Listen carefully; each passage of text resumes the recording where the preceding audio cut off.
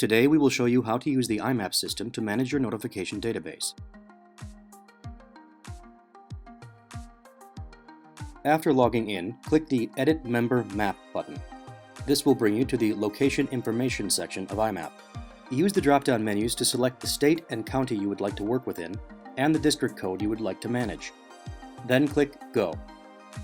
You will then be presented with the 5 remaining sections of IMAP: the Districts box, the Work in Progress box, the To Be Verified box, and the Committed box. The final section is the Map. You will use the Map section to view and manipulate your existing notification polygons, as well as draw new ones.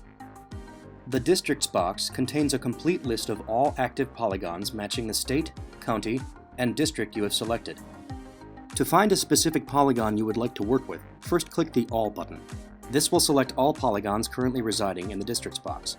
Clicking the Go To button will center the map on all currently selected polygons. Polygons residing in the Districts box are displayed on the map in blue.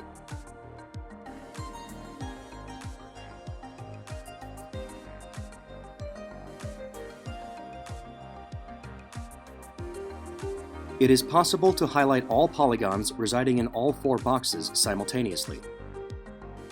All currently selected polygons will be displayed on the map and will be color-coded to represent which box they reside in. Again, Districts polygons will appear in blue.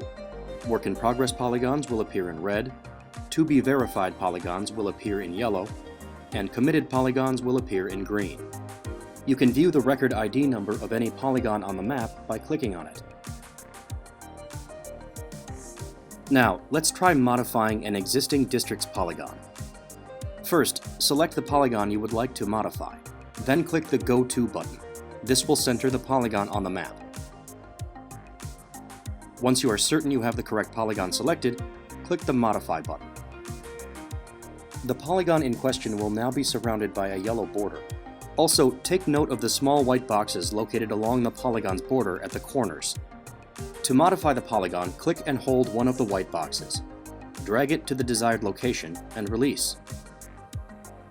Continue this process until the desired shape has been achieved.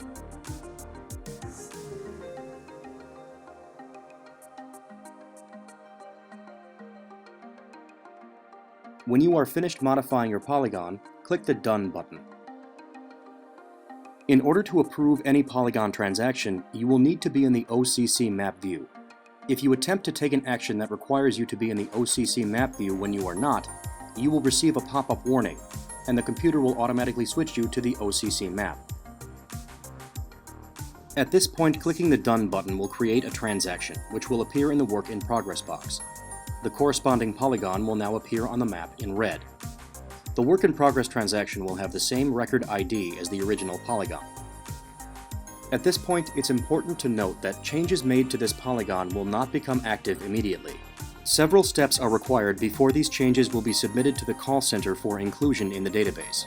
In order for these changes to become active, the transaction that was just created must pass through the Work in Progress and To Be Verified sections. Return to the Work in Progress box and make sure the correct transaction is selected. Then click the Submit button.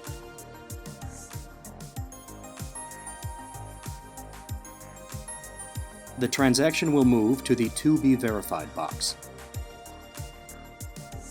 The corresponding polygon will now be visible on the map in yellow.